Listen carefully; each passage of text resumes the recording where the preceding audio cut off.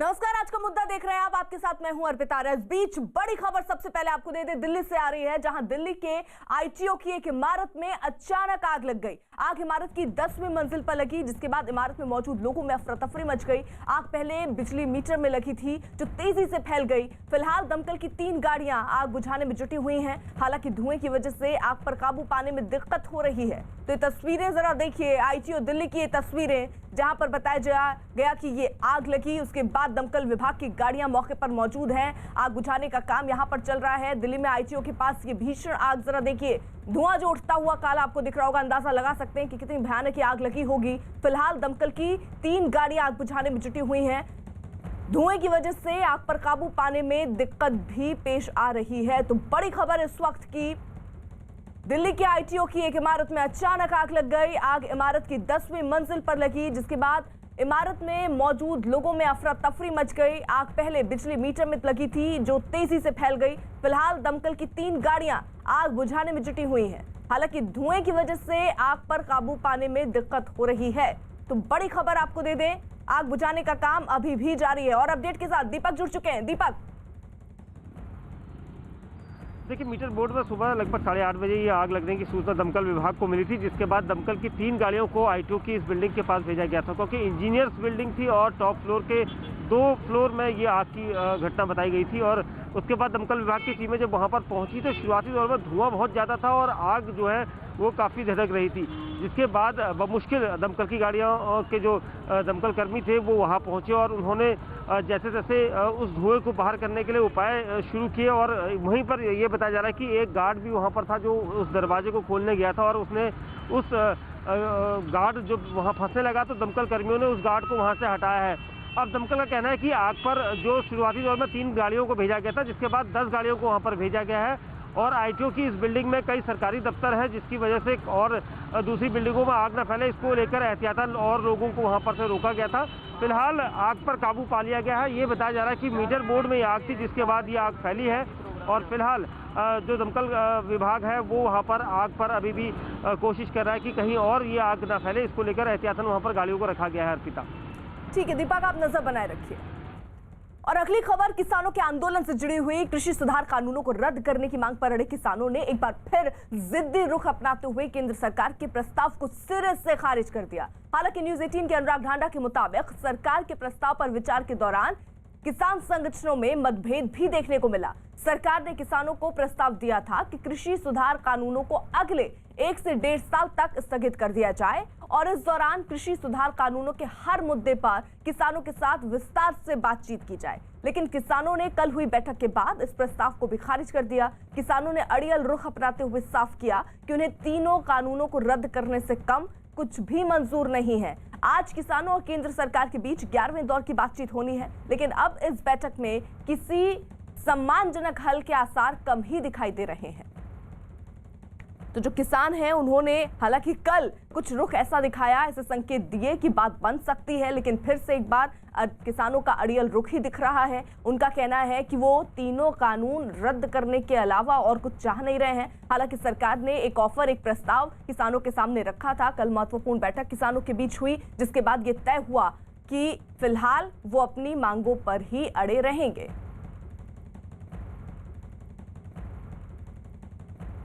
ਅਸੀਂ ਸਾਰਾ ਜੋ ਸਰਕਾਰ ਨਾਲ ਡਿਸਕਸ ਕਰਨਾ, ਜਿਹੜੀ ਸਾਨੂੰ ਆਫਰ ਆਈ ਉਹ ਰਿਜੈਕਟ ਕਰ ਦਿੱਤੀ ਤੇ ਸਾਰੇ ਉਹਦੇ ਤੇ ਚਰਚਾ ਕਰਕੇ ਅਸੀਂ ਆਪਣੀ ਜਿਹੜੀ ਹੈਗੀ ਹੈ ਰਣਨੀਤੀ ਉਹ ਕਰੀ ਹੈ।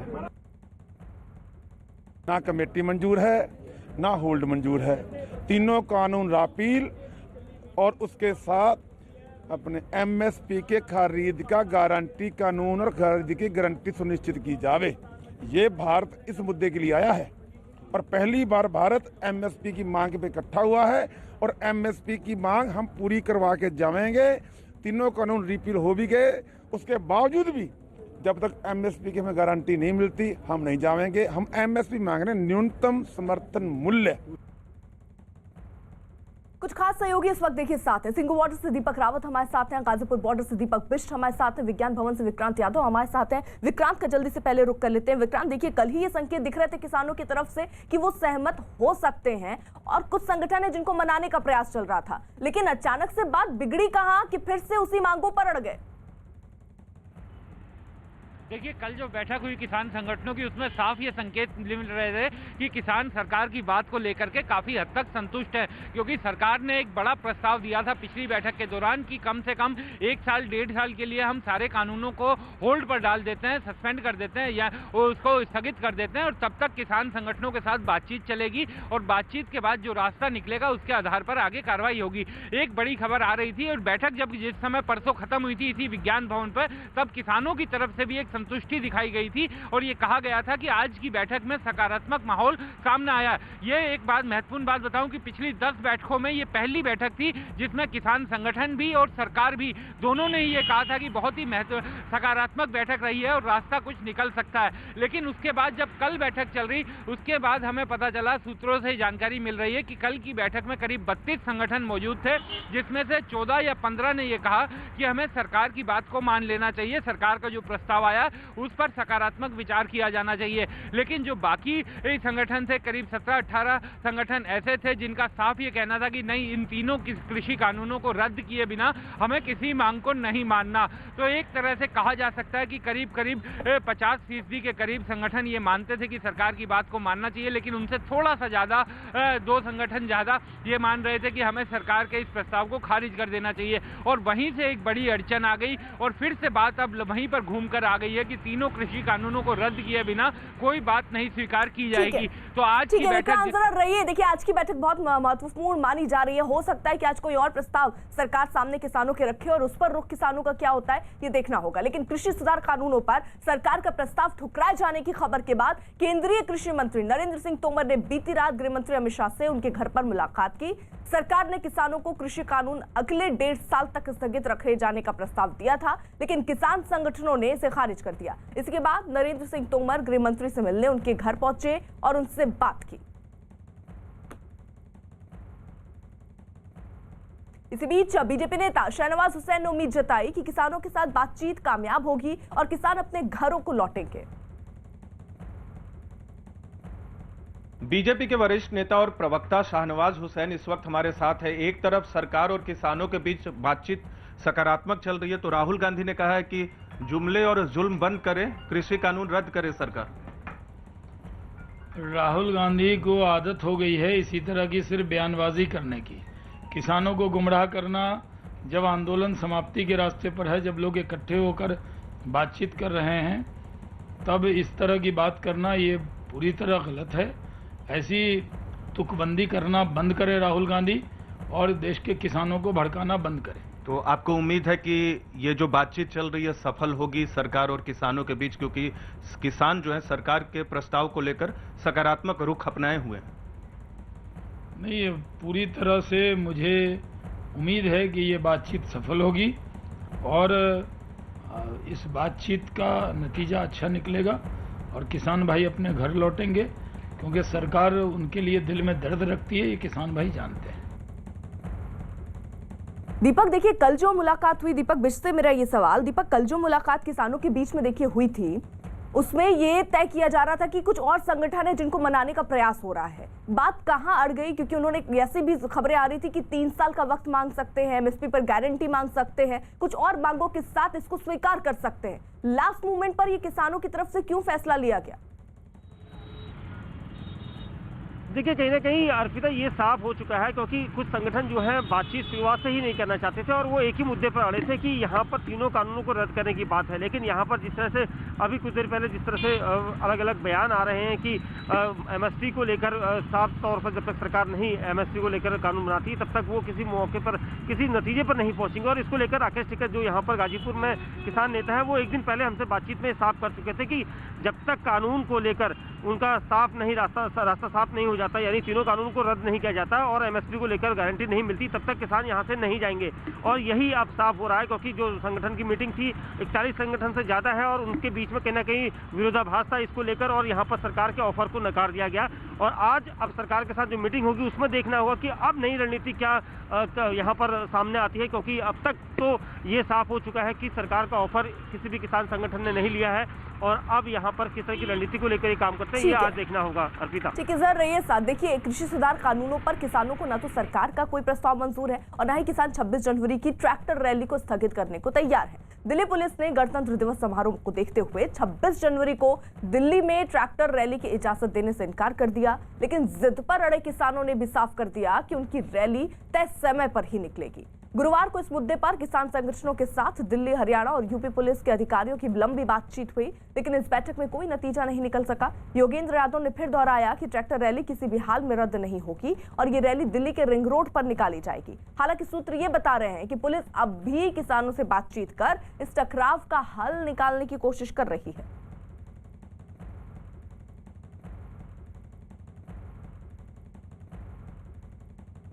देखो, हमारा तो पहले दिन से एजेंडा है दिल्ली चलो, और 1 महीना पहले हमने क्लियर कर दिया था भी गणतंत्र परेड होगी किसानों की। हमारी गणतंत्र परेड है, ना कि रैली है, दोनों में अंतर है।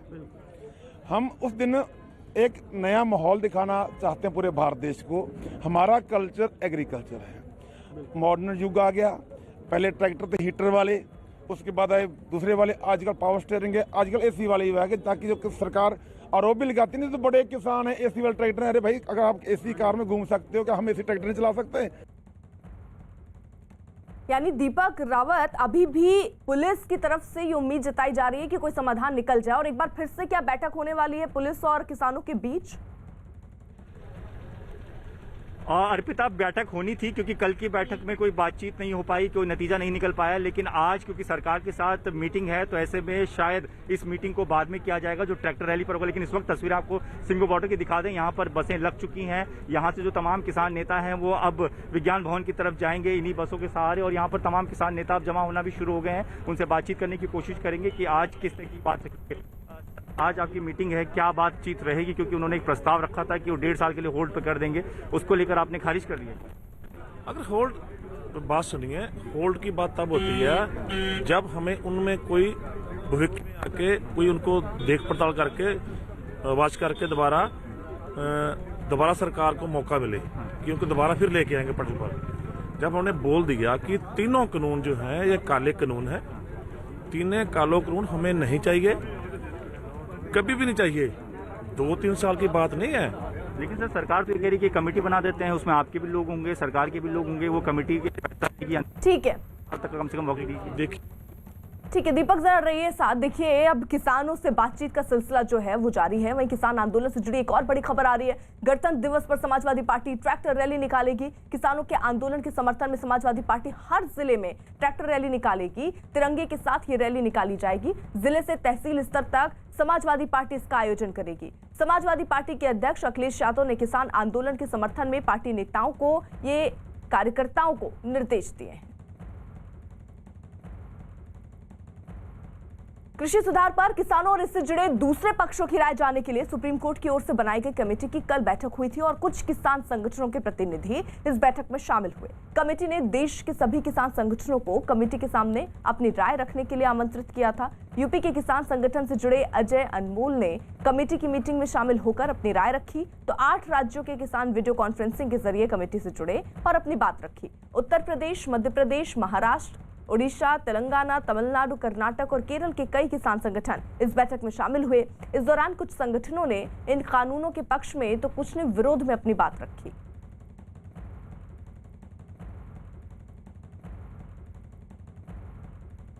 क्या आपने अपनी राय रखी है कमेटी के साथ? देखिए, हम 30-32 सालों से किसानों के आंदोलन में काम कर रहे हैं। जब मेरी 18 साल की उम्र थी तब मैं चौधरी महेंद्र सिंह टिकैत के आंदोलन से प्रभावित होकर के किसान आंदोलन में आया था। उसके बाद विभिन्न पदों पर रहा और किसान यूनियन का बड़ा आंदोलन, जिसके अलग अलग इलाकों में हमने भी नेतृत्व किए, देश भर में किसान कोऑर्डिनेशन कमेटी से जुड़ करके पूरे देश में जाने का मौका मिला। तो हम जो चीज़ें थी कि इस देश में जो कृषि की व्यवस्था है, कृषि प्रधान देश में, वो अधिक उत्पादन और अधिक नुकसान के फार्मूले पर चल रही है। अगर किसान ज़्यादा पैदा करता है तो ज़्यादा नुकसान में जाता है। इस कारण से उसको उसके पसीने की कीमत नहीं मिली आज तक, और वो गरीबी और कर्जदार गरीबी उसकी बढ़ती गई, कर्ज का बोझा उसका बढ़ता गया। अब स्थिति यहाँ तक आ गई है कि वो आत्महत्याएं भी करने लगा। 3.5 लाख लोगों ने आत्महत्या की है। तो जिस व्यवस्था से अब तक लाखों किसानों ने आत्महत्या की है, करोड़ों किसान तमाम प्रकार के संकटों से जूझ रहे हैं, वो कृषि व्यवस्था बदलनी चाहिए। इसके लिए कुछ कानून बनाने पड़ेंगे और कुछ कानूनों को समाप्त करना पड़ेगा।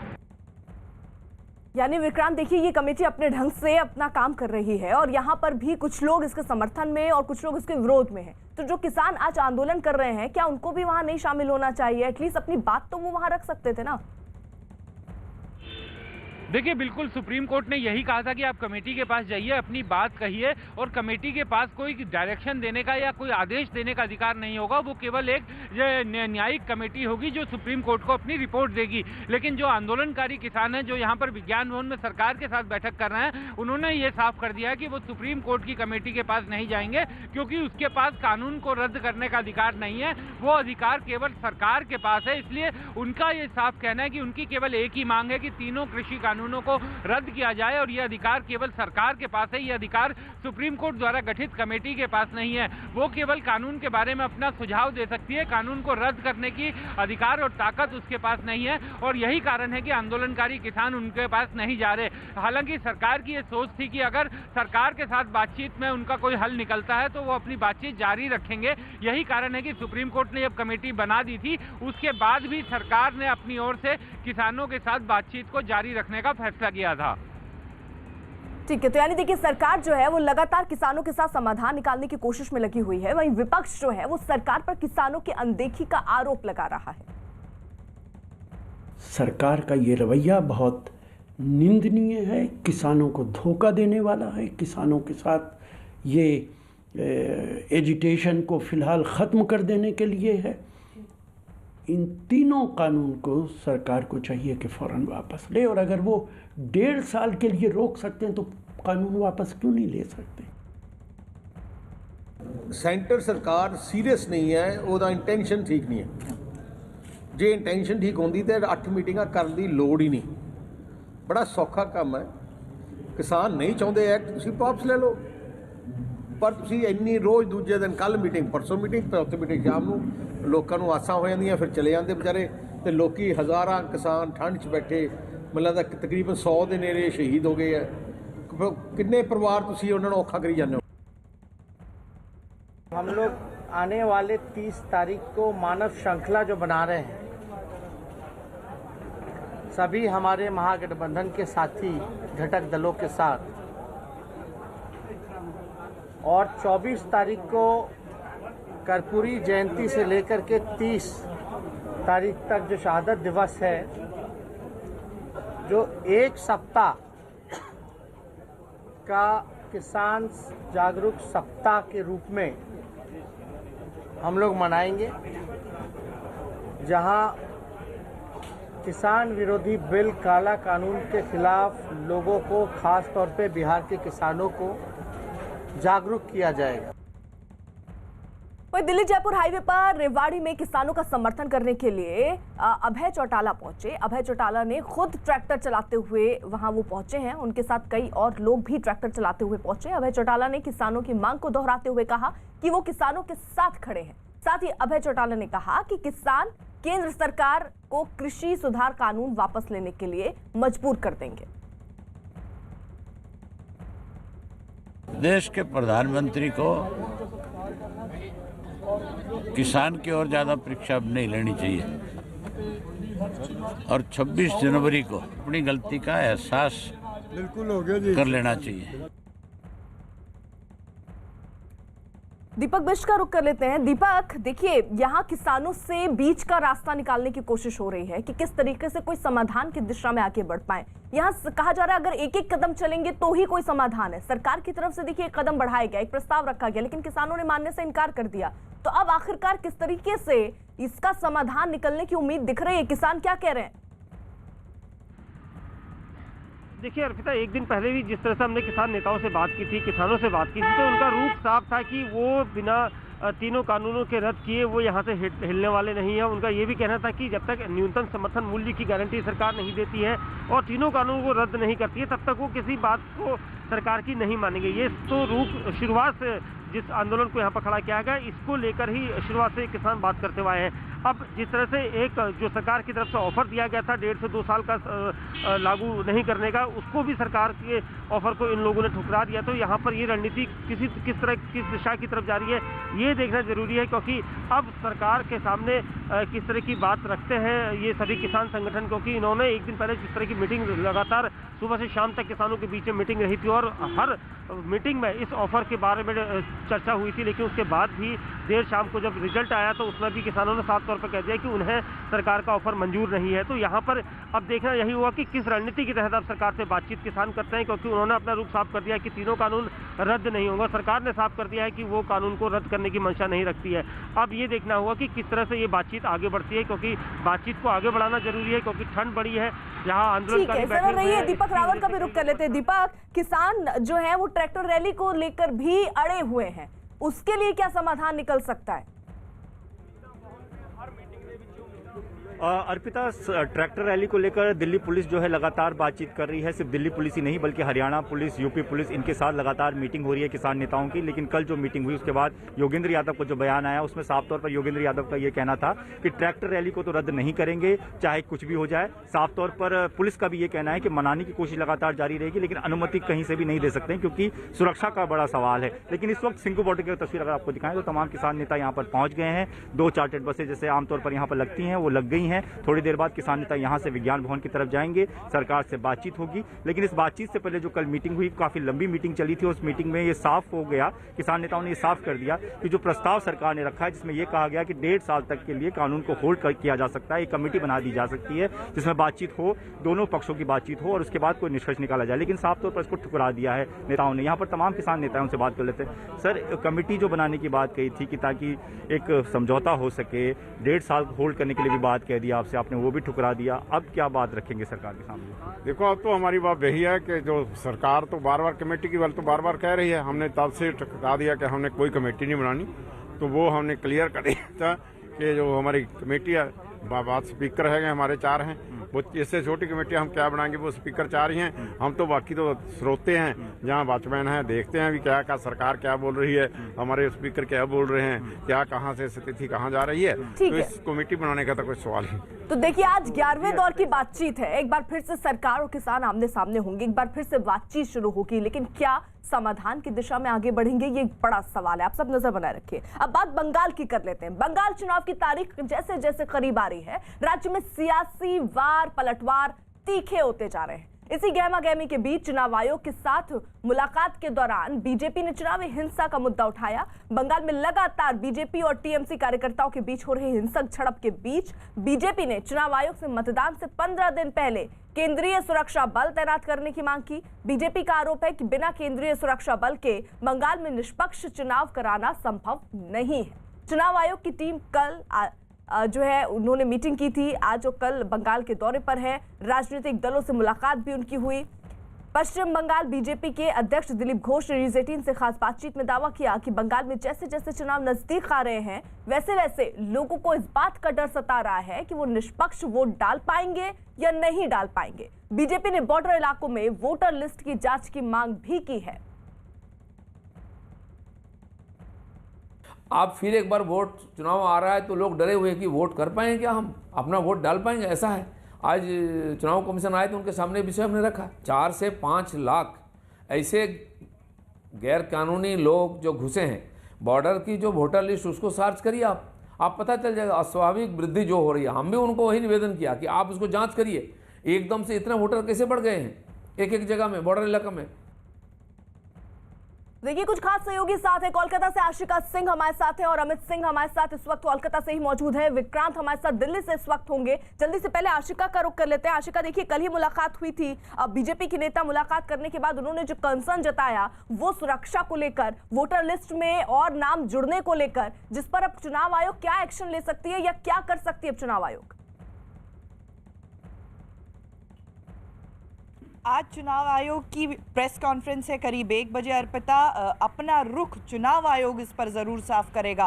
कानून व्यवस्था को लेकर के लगातार सवाल उठाया जा रहा है। बड़ी बड़ी घटनाएं पश्चिम बंगाल में हुई हैं, आए दिन राजनीतिक हिंसा हो रही है।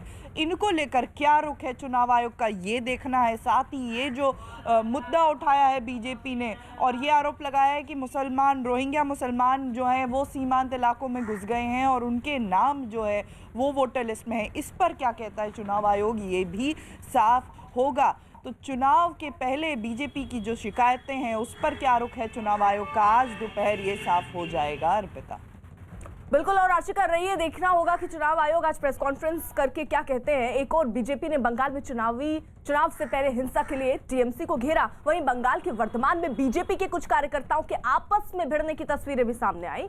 अटकलें ये लगाई गई कि दो गुटों की इस लड़ाई की वजह से वो नेता और कार्यकर्ता हैं जो टीएमसी छोड़कर बीजेपी में शामिल हुए हैं। और इसी बात पर गुस्सा जाहिर करने के लिए कुछ लोग पार्टी दफ्तर पहुंचे, जहां मौजूद बीजेपी के दूसरे गुट के लोगों से उनकी मारपीट हो गई। दोनों गुट जब आपस में भिड़े तो ये भूल गए कि वो एक ही पार्टी में है। उन्हें देखकर ऐसा लगने लगा कि वो एक दूसरे के खून के प्यासे हो गए हैं। उन्होंने एक दूसरे को खूब बुरा भला कहा और लड़ते रहे। और यही नहीं, हाथापाई के बीच 2 गाड़ियों में आग लगा दी गई और पार्टी दफ्तर की खिड़कियों के कांच तक तोड़ दिए गए। वर्धमान जिले के बीजेपी दफ्तर के बाहर यह हंगामा बहुत देर तक चलता रहा और इस तरह के हंगामे की तस्वीर आसनसोल से भी सामने आई, जहां केंद्रीय मंत्री बाबुल सुप्रियो की मौजूदगी में बीजेपी दफ्तर में बवाल देखने को मिला। जिसके बाद बीजेपी के एक गुट के नेता ने आरोप ये लगाया कि ये सारा हंगामा टीएमसी की चुनावी रणनीतिकार प्रशांत किशोर के इशारे पर हुआ है, जबकि दूसरे गुट ने टीएमसी से बीजेपी में आए लोगों पर अपना गुस्सा उतारा। পিকেট টিম এবং তৃণমূলের লোকেরা অনেক পয়সা দিয়ে অনেক কিছু করেছে। পিকেট টিম এবং তৃণমূলের লোকেরা অনেক পয়সা দিয়ে অনেক কিছু করেছে। টিএমসি যারা দালাল তাদেরকে নিয়ে সব কমিটিগুলো করেছে এবং পুরনো কার্যকর্তাদের কোনো গুরুত্ব দেয় নাই। টিএমসি যারা দালাল তাদেরকে নিয়ে সব কমিটিগুলো করেছে এবং পুরনো কার্যকর্তাদের কোনো গুরুত্ব দেয় নাই। यानी अमित, देखिए यहाँ पर 2 बातें साफ दिख रही हैं। एक तरफ तो ये जो बीजेपी की तरफ से आरोप लगाया जा रहा है कि उनके टीएमसी के रणनीतिकार की ये प्लानिंग है जिसके तहत लोग भेजे जा रहे हैं। वहाँ जो बीजेपी के कार्यकर्ता जमीन से जुड़े हुए हैं वो तो ये कह रहे हैं, भाई आप जो टीएमसी से लोग आए आप उनको सारा मौका दे रहे हैं, उनको पद दे रहे हैं, उनके बारे में सोच रहे हैं, हमारे बारे में नहीं सोच रहे हैं। लड़ाई इस बात की थी। जी हाँ, बिल्कुल अर्पिता, और ये पहली बार नहीं है। इससे पहले भी जब शुरुआती दौर में जब टीएमसी से जो कार्यकर्ता बीजेपी में ज्वाइन कर रहे थे तो उस वक्त भी जो पुराने बीजेपी कार्यकर्ता थे उन्होंने आरोप लगाया था। लेकिन जो स्टेट बीजेपी है वो साफ साफ ये कहती रही है कि टीएमसी के कहने पर ये सब हो रहा है। लेकिन अगर दूसरी तरफ अगर चुनावी हिंसा के बारे में बात करें, जो बीजेपी की रैलियों में लगातार जो हिंसा हो रही है और बीजेपी जिस तरीके से टीएमसी पर आरोप लगाती रही है और जिस तरीके से वोटर लिस्ट को लेकर अब राजनीति की जा रही है, तो इसी तरीके से 2011 में जब ममता सरकार सत्ता में आई थी तो ममता टीएमसी ने उस वक्त 2011 में उस समय के लेफ्ट सरकार पर आरोप लगाया था कि अचानक वोटर लिस्ट के संख्याओं में वृद्धि हो रही है, यानी जो बांग्लादेश से जो लोग आए हैं उनका नाम जोड़ा जा रहा है। तो हालांकि उस पर चुनाव आयोग ने पूरी तरीके से जांच की थी और ठीक आज उसी तरीके से चुनाव आयोग जो है चीफ सेक्रेटरी, होम सेक्रेटरी और डीजीपी वेस्ट बंगाल से मुलाकात करने वाली है। उसके बाद दोपहर 1 बजे के आसपास वो प्रेस कॉन्फ्रेंस करेगी और शाम को वापस दिल्ली के लिए रवाना हो जाएगी। तो फिलहाल चुनाव आयोग चुनाव की पूरी तैयारी कर रही है। तो एक तरफ तो दूसरी तरफ जो टीएमसी के जो ग्राउंड लेवल पे जो कार्यकर्ता है, अभी हाल ही में हमने देखा नॉर्थ 24 परगना में खासतौर से टीटागढ़ खड़दा इलाके में किस तरीके से जो टीएमसी के ग्राउंड लेवल के जो कार्यकर्ता हैं, जो लोकल लेवल पर कार्यकर्ता है, उन्होंने बीजेपी ज्वाइन किया और इसको लेकर जो टीएमसी के जो बड़े नेता है वो काफी ज्यादा हैरान परेशान है। अमित जरा रहिए, देखिए बंगाल चुनाव के ऐलान से पहले टीएमसी और बीजेपी के बीच चल रहे टकराव के बीच शुवेंदु अधिकारी ने इस बार ममता बनर्जी के चुनावी रणनीतिकार प्रशांत किशोर पर निशाना साधा। हुगली की रैली में प्रशांत किशोर के एक बयान का जिक्र करते हुए इशारों में कहा कि टीएमसी एक विशेष वर्ग के वोट को अपना फिक्स डिपॉजिट मानकर जीत का दावा कर रही है, लेकिन बाकी 70% लोग इस बार ममता बनर्जी के खिलाफ पूरी तरह से एकजुट हैं और बीजेपी बंगाल में सबसे बड़ी जीत दर्ज करने जा रही है। शुवेंदु ने साथ ही दावा किया कि उनकी पार्टी सबका साथ सबका विकास इस नारे के साथ आगे चल रही है। মাথা বুদ্ধি দিতে এসেছেন 400 কোটি নিয়ে মিস্টার কিশোর সর্বভারতীয় চ্যানেলে বলছে কি, বলছে हम लोग का पास 100% है।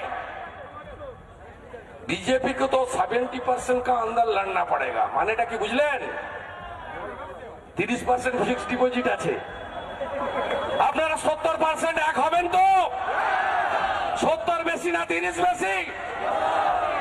এক হবেন বলুন, আমরা জিতবো। विक्रांत, शुभेंदु अधिकारी जब बोलने पर आए तो इन्होंने तो लड़ाई 70 वर्सेस 30 कर दिया। यहाँ पर इनका कहना है कि उनका फिक्स डिपॉजिट है, लेकिन हमारी एकजुटता जो है वो बीजेपी को आगे ले जाएगी।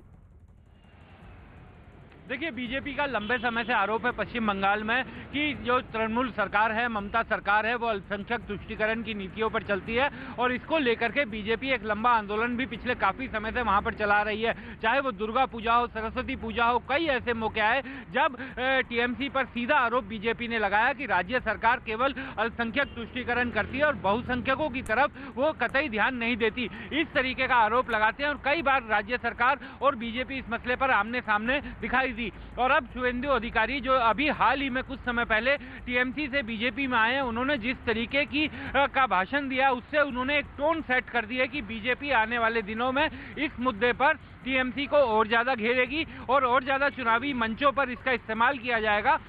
और बीजेपी की पुरजोर इस बार ये कोशिश है कि अब तक जिस तरह से उनका ये आरोप है कि ममता बनर्जी जो तुष्टीकरण की नीतियों पर चलती थी, अभी तक उसका राजनीतिक फायदा वो उठाती थी, लेकिन इस बार उसी तुष्टीकरण की नीतियों के कारण उन्हें राजनीतिक खामियाजा उठाना पड़ेगा। तो उसी दिशा में शुभेंदु के इस बयान को देखा जाना चाहिए। और ये भी साफ दिखाई दे रहा है कि शुभेंदु का जिस तरीके की भाषा थी उससे साफ हो गया है कि आने वाले दिनों में बीजेपी के तमाम नेता जो राजनीतिक मंचों पर जाएंगे वो इसी तरीके से ममता बनर्जी को आर्थिक तुष्टीकरण के मामले में इसी तरीके से उनको निशाने पर लेंगे। तो देखिए, आज नजर इस बात पर भी होगी क्योंकि एक प्रेस कॉन्फ्रेंस चुनाव आयोग की तरफ से करना है और उसमें जो राजनीतिक दल है जिन्होंने अपनी चिंताएं चुनाव आयोग के सामने रखी, चाहे वो सुरक्षा से जुड़ी हुई हो, चाहे वोटर लिस्ट में कुछ गड़बड़ी की बात हो, वो सब पर आज चुनाव आयोग एक प्रेस कॉन्फ्रेंस करके क्लियर कर सकती है तस्वीर कि चुनाव आयोग ने क्या प्लानिंग की है। आप सब रहिए जरा साथ और नजर बनाए रखिएगा। कोरोना महामारी ने आपसी सहयोग की भावना को एक नई मजबूती दी है ताकि पूरा देश एकजुट होकर इस संकट का मुकाबला कर सके। कोरोना के खिलाफ दुनिया का सबसे बड़ा टीकाकरण अभियान भी शुरू हो चुका है। हम सबको फिर से मिलकर इस वायरस को हराना है। इस लड़ाई में नेटवर्क 18 भी हर कदम पर आपके साथ है। हमारे अभियान संजीवनी और शॉर्ट ऑफ लाइफ का भी यही मकसद है कि कोई सुरक्षित नहीं अगर हर कोई सुरक्षित नहीं। नेटवर्क 18 की इस पहल का उद्देश्य है कि हर भारतीय की वैक्सीन तक पहुंच हो। अगले कुछ दिन में हमारी ये पहल कोरोना के खिलाफ लड़ाई में जन आंदोलन बनकर उभरेगी।